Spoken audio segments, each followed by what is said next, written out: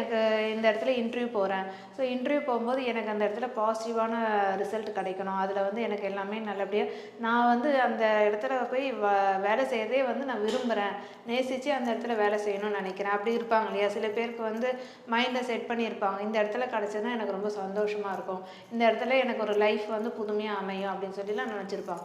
So அப்படி நம்ம நினச்சிட்டு இருக்கும்போது என்ன பண்ணலாம்னா, ஒரு எனர்ஜி சர்க்கிளை வந்து எனர்ஜி சர்க்கிள்னா என்ன? எனர்ஜி சர்க்கிள் என்ன மாதிரி புதுசா பார்க்குறவங்களுக்குலாம் தெரிஞ்சுக்கணும். ஸோ எனர்ஜி சர்க்கிள் அப்படின்னு சொல்லுது என்னன்னா, அந்த நம்பர்ஸ் நம்ம சொல்லணும்ல, ஒரு ஒரு நம்பருக்கும் ஒரு ஒரு ஃப்ரீக்வன்சி இருக்குன்னு சொல்லுவாங்க.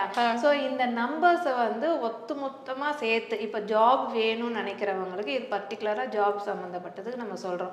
ஸோ அது ரிலேட்டடான வந்து ஃப்ரீக்வன்சி இருக்கிற நம்பர்ஸை வந்து நம்ம வந்து ஒரு சர்க்கிள்குள்ளே எழுதிடணும். ஸோ எழுதி அந்த இதை ஒரு சர்க்கிள் ஃபார்மேஷனில் கொண்டு வந்தாவே அங்கேயே வந்து ஒரு எனர்ஜி சர்க்கிள் ஃபார்ம் ஆகிடும். யூஸ்வலாக நாங்கள் என்ன சொல்லுவோம்னா, இப்போ ரேக்கி சேனல்ஸாக இருக்கிறாங்கன்னு வச்சுக்கோங்களேன்,